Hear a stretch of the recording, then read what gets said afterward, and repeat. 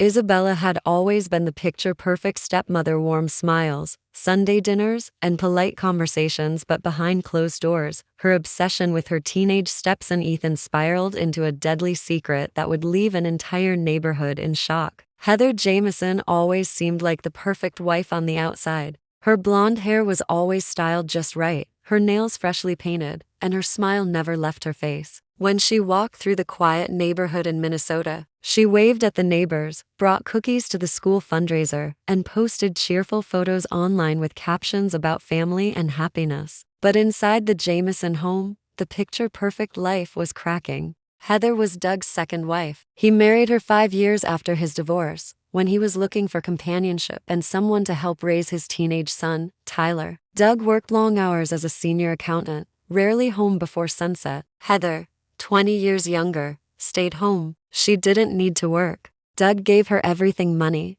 a car, the house. All he asked in return was peace, support, and a good environment for his son. Tyler had just turned 17 and was beginning to understand things more clearly than the adults around him realized. At first, he didn't mind Heather. She was friendly enough. She cooked, made an effort to ask about his school day, and acted like she cared. But soon her behavior started to shift. She became overly familiar, always touching his shoulder when speaking, leaning into close. At first, Tyler thought he was imagining it, but over time, the pattern became clearer. She began dressing differently around him: shorter shorts, lower-cut tops, and making offhand comments that made his skin crawl. Still, she acted like a loving wife when Doug was around, playing the perfect partner. But Tyler sensed something else behind that mask. He began noticing things: late-night phone calls, whispered conversations in the hallway, the way she quickly changed the screen when someone walked past her phone.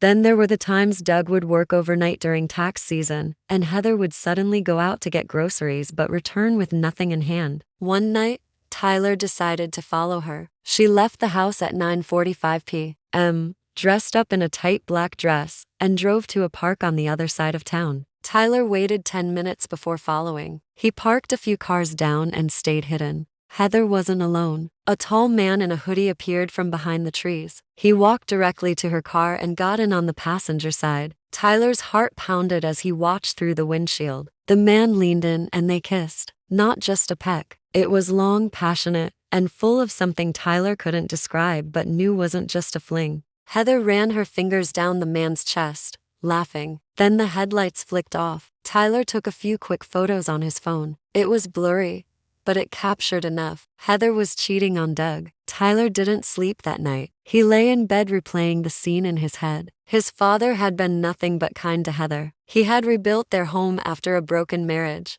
He'd brought her into their lives, trusted her, and now she was betraying him with some stranger in the dark. The worst part was how Heather treated Doug when he came home. She acted normal, affectionate even. She made dinner, rubbed his shoulders, laughed at his stories. It was disgusting. Days passed. Tyler grew more distant. Doug noticed, asking if something was wrong, but Tyler shrugged it off. He wanted to tell his father, but he feared Heather might twist the truth. She always knew how to manipulate a conversation. Tyler decided to gather more proof. He followed her again. This time she met the man at a motel. Tyler parked across the street and waited. 2 hours later, they exited the room. Heather looked pleased. The man, tall, muscular, clean-shaven, walked her to her car like it was nothing. Tyler couldn't believe how bold they were. He took more photos. Over the next week, he watched Heather's pattern. She met the man 3 times. Tyler didn't know his name yet, but he knew the truth. Heather was having an affair, and she didn't care if she got caught.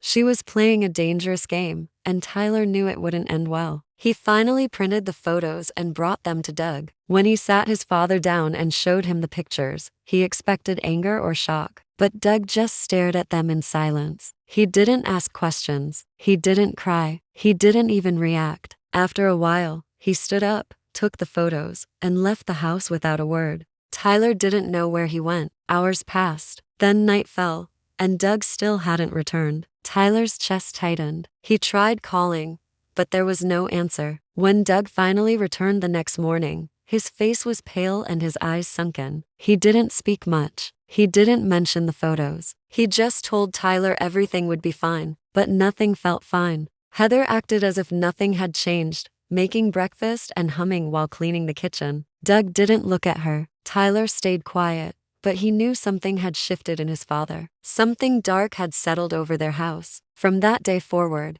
Heather became more cautious. She stopped sneaking out as often. The strange man disappeared for a while, but Tyler knew it wasn't over. The tension in the air was too thick. Something was brewing beneath the surface. Doug's silence wasn't peace, it was warning. Heather's fake smiles weren't comfort, they were cover. And Tyler, caught in the middle, understood one thing clearly. Whatever came next, it wasn't going to be simple, and it wasn't going to be safe. Bryce Wheeler wasn't a name anyone in the Jameson household had ever heard, but his face would soon become impossible to forget. He was 24, tall, with a perfectly sculpted body that made him look like he'd stepped out of a fitness magazine. To most people, Bryce was just a personal trainer at the local gym. Quiet, friendly, polite. But behind his clean-cut image was a darker past, one that Heather either ignored or never cared to find out. Before he moved to town, Bryce had lived in a small city states away, where whispers followed him even after he left. He had been involved with a married client, older, wealthy, and emotionally unstable.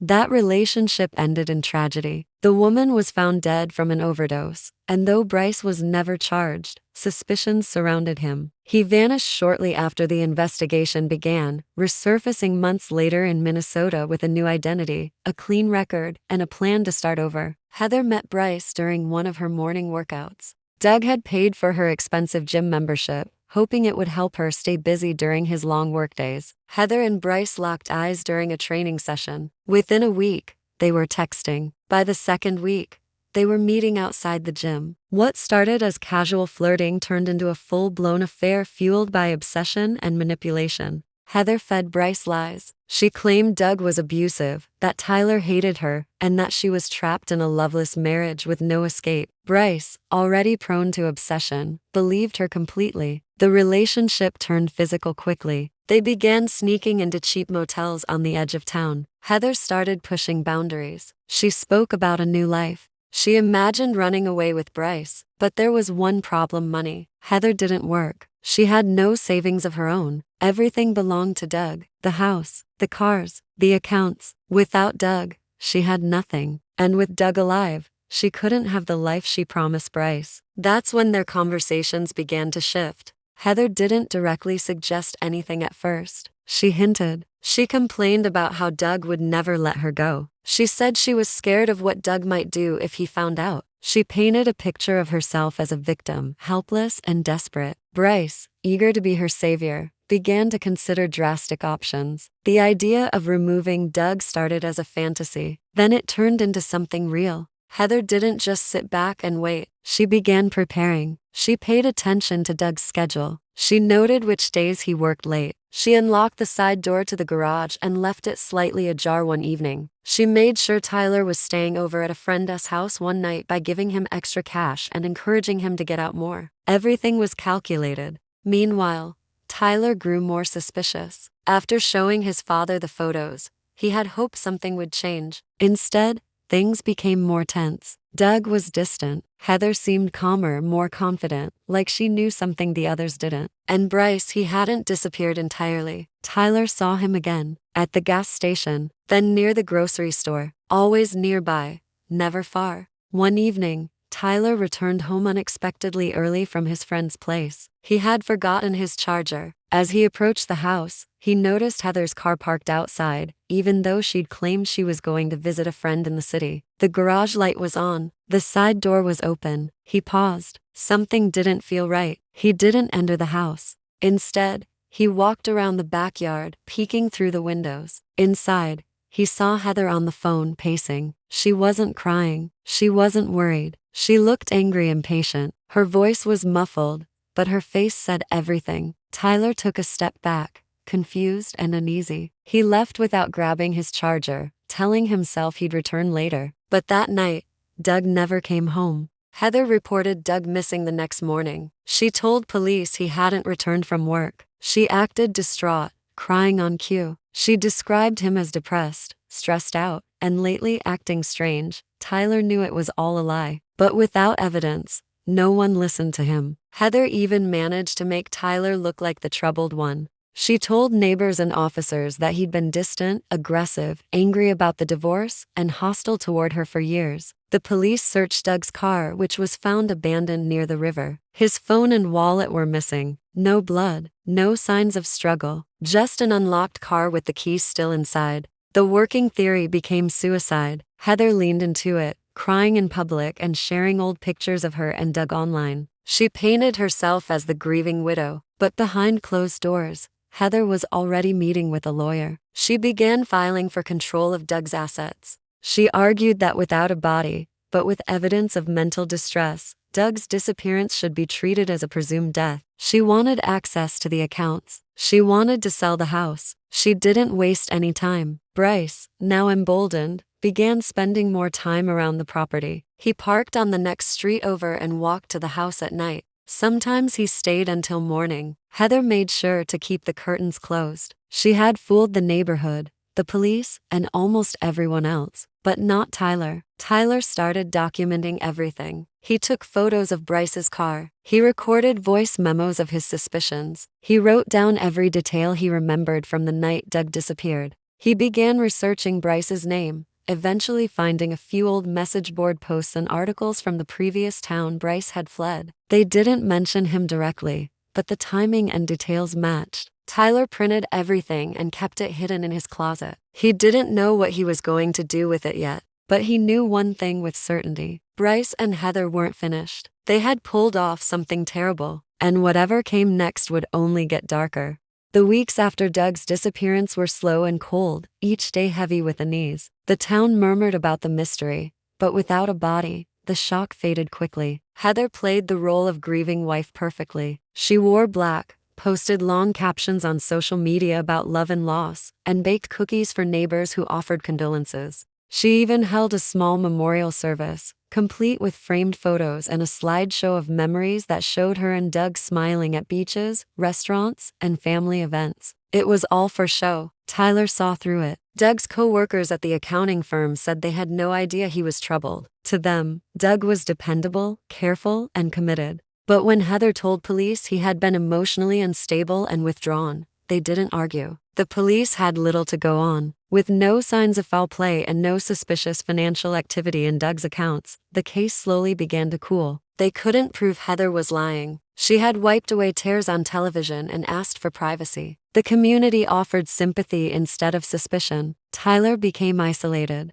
He no longer trusted anyone around him. Friends grew distant, unsure how to approach him. Teachers whispered in the halls, and neighbors kept their conversations short. He stayed up most nights, scrolling through the old photos of his father, trying to notice anything he might have missed. His room became a place of obsession. He taped Bryce's license plate number to the wall. He had printouts of news articles, blurry photos of Heather and Bryce, and a timeline scribbled in marker. Heather continued living like nothing had changed. She had already filed paperwork to gain control over Doug's finances, using her marriage certificate and his prolonged absence as justification. Doug hadn't updated his will since marrying her. Tyler's name wasn't on anything. He was still a minor, and Heather was his legal guardian. That meant she had full control over everything: his schooling, his finances, and even his ability to move out. She acted kind when others were around, but inside the house, the mask dropped. She barely spoke to Tyler unless it was to bark orders or remind him who was in charge. Bryce, who had briefly vanished, reappeared in subtle ways.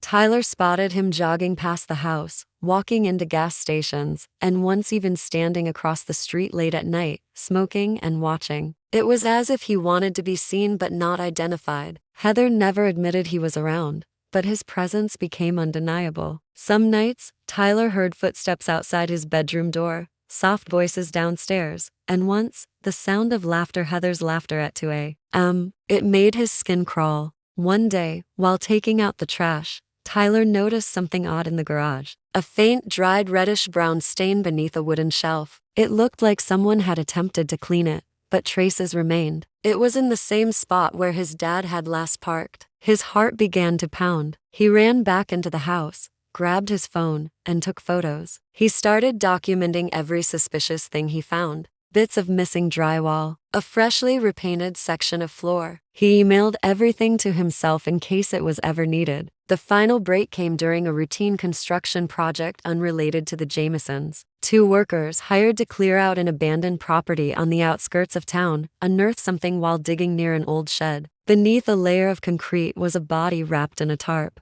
The smell alone forced them to call authorities before touching anything else. Forensics confirmed what Tyler had feared all along. It was Doug. His wallet was still in his jacket. His wedding ring was on his finger. He had been shot twice in the chest and dumped like trash in a makeshift grave. The news exploded across town. Doug Jameson was no longer missing. He had been murdered. Heather's grief routine vanished overnight. She was arrested at the house, handcuffed on the front lawn while reporters and neighbors watched in silence. She didn't cry this time. She didn't speak. Tyler, standing in the upstairs window, watched her being shoved into the police car. A strange mix of fear and relief washed over him. His gut had been right all along. Police searched the house. Forensic teams moved in. They confirmed the blood under the garage shelf matched Doug's DNA. A bullet casing found lodged between the floorboards matched the gun used to kill him. Surveillance footage from nearby cameras showed Heather's car leaving the house late the night Doug went missing and returning just before dawn. Bryce's face wasn't on any footage, but Tyler's photos placed him near the house during the crucial time window.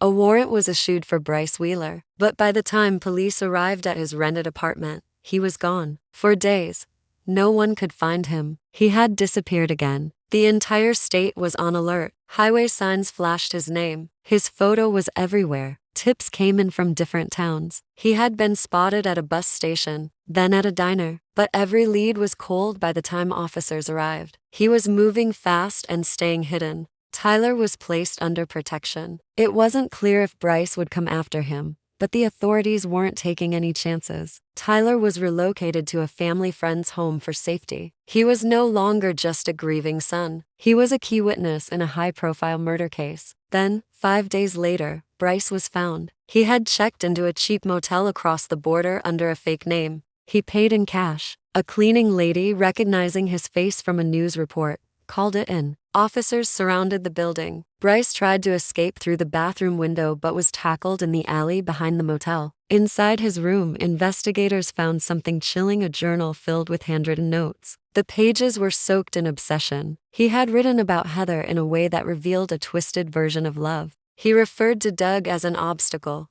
a shadow. One entry described the night in the garage in disturbing detail, calling it a cleansing. He had even written about Tyler. In one entry, he mentioned how the boy knew too much, and how loose ends always needed to be tied up. That was enough to confirm the danger Tyler had sensed all along. Bryce and Heather were both in custody now. The puzzle was nearly complete, but for Tyler, the nightmare hadn't ended. Every moment of peace was shadowed by what he had seen, what he had heard, and what he had survived. The house was empty now, sealed off and silent. The rooms where secrets had lived were still and cold, but the truth had finally come to light.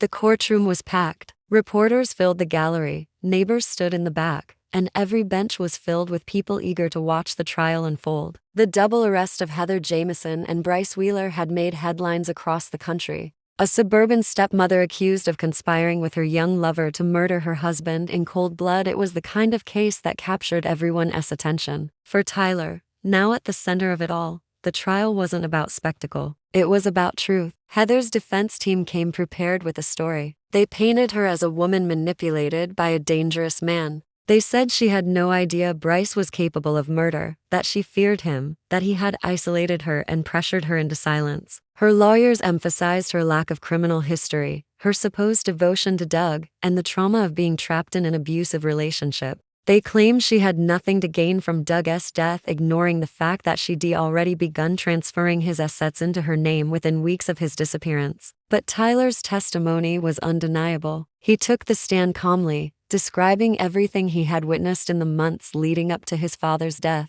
He spoke about Heather's strange behavior, the late-night meetings with Bryce, and the changes in Doug's demeanor after he saw the photos. He presented the images he had taken, the journal he'd kept, the emails he sent to himself. Every detail added weight to the prosecution's case. Then came the forensics: the bullet casing in the garage, the blood beneath the shelf, the fact that Heather had cleaned up the scene with bleach, but failed to remove all traces. All signs pointed to planning, not panic. Bryce's trial ran alongside Heather's. His appearance had changed since his arrest. He looked thinner, his face sunken, his eyes hollow, but he didn't try to hide what he was. His journal was used as evidence, and in it were graphic descriptions of the crime. He had written about watching Doug's face when the gun fired, about the drive to the burial site, about Heather's voice in the darkness afterward, promising him a future together. But in court, Bryce flipped the narrative. He claimed Heather had orchestrated everything.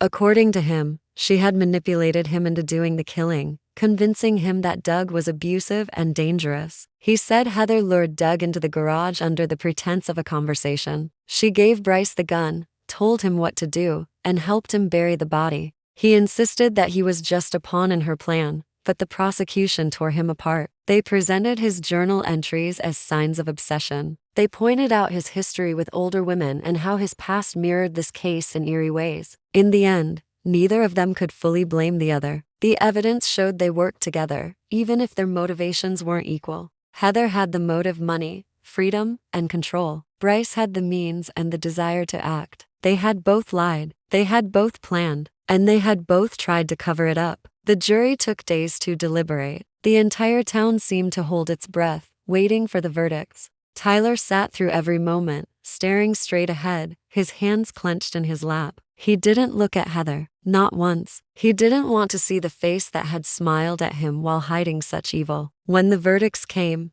they were clear. Heather Jamieson was found guilty of second-degree murder, conspiracy to commit murder, and obstruction of justice. Bryce Wheeler was found guilty of first-degree murder, conspiracy to commit murder, and unlawful disposal of a human body. Heather was sentenced to life in prison with the possibility of parole after 25 years. Bryce received life without parole. Neither of them spoke as they were led from the courtroom. The media frenzy that followed was intense. National outlets ran documentaries and crime specials. Journalists knocked on doors throughout the neighborhood. Some wanted to paint Heather as a tragic woman manipulated by a younger man. Others focused on Bryce, portraying him as a predator drawn to chaos. But to Tyler, they were both monsters. There was nothing romantic, nothing tragic, nothing misunderstood about what they had done. The house where it all happened was locked and left to rot. The neighbors tried to move on, but no one could forget. The garage, once just a place for cars and tools, had become a symbol of horror. No one wanted to walk past it. Kids dared each other to peek through the windows. Some families moved away. Others stayed but kept their curtains drawn a little tighter. Tyler was placed in the care of a distant aunt. He moved to another town, enrolled in a new school, and tried to rebuild his life. He didn't speak about what happened. He didn't post on social media. He stayed quiet, but the memories didn't go away. They came at night in dreams, in flashes, in the sound of footsteps outside his door. He sometimes thought about the moment he had decided to take those photos. If he hadn't, maybe no one would have believed him. Maybe Heather and Bryce would have gotten away with it. The evidence might have disappeared. The lies would have stood. But he had acted. He had paid attention when no one else would. Years later, Tyler gave one interview. It wasn't to a news station. It wasn't for money. It was for a college project, submitted anonymously. He wrote about what it meant to see evil wearing a friendly face. He wrote about the cost of silence. He ended it with a line that stayed with the professor who read it. Some monsters don't hide in the dark. They smile, make breakfast, and ask about your day. Heather never contacted him again. Bryce's name disappeared from the news. The world moved on, as it always does. But for Tyler, the story never ended. It lived inside him, a reminder that the most dangerous lies are the ones that live within the walls of your own home. 2 years passed, but the aftermath of the murders never really left Tyler. The faces on the nightly news changed. New crimes filled the headlines, but Heather and Bryce lived on in his memory like shadows that refused to fade. After the trial, Tyler disappeared from public view. He didn't give interviews. He didn't attend memorials. He changed schools, deleted his social media accounts, and began going by a slightly different name. Even in his new town, he walked cautiously, always looking over his shoulder, convinced that something unfinished still hung in the air. At night, sleep came rarely. He would lay awake staring at the ceiling, replaying the scenes in his mind, the way Heather smiled in court as if nothing mattered, the blood stain in the garage, the sound of her heels on the kitchen floor the day after Doug vanished. He remembered Bryce too, the way he stood in the courtroom with those sunken eyes and that strange smirk, like he was still proud of what he'd done. Sometimes Tyler dreamed of the garage door slamming shut, trapping him inside. Other times, he dreamed of his father sitting at the dinner table, quiet, staring across the room, already lost and not knowing it. Therapy helped, but only so much. Words could describe what happened, but they couldn't make it stop hurting. His aunt did her best to make him feel safe, but Tyler never fully let his guard down. The betrayal had gone too deep. He had lived in a house where murder was planned with a smile. Trust didn't come easily anymore. Then something strange happened. One morning, as Tyler walked past a newsstand on his way to class, he saw a name he hadn't heard in months. A headline on a small crime magazine read, "New evidence surfaces in cold case tied to Bryce Wheeler." His stomach dropped. He bought the magazine with shaking hands and sat on a bench to read. The article told the story of a woman named Denise Loring,